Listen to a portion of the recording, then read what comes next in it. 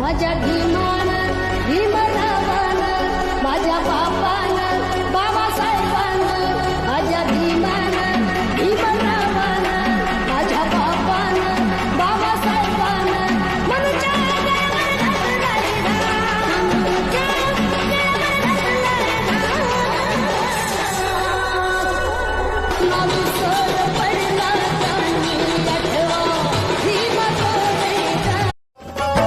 बुद्धापदी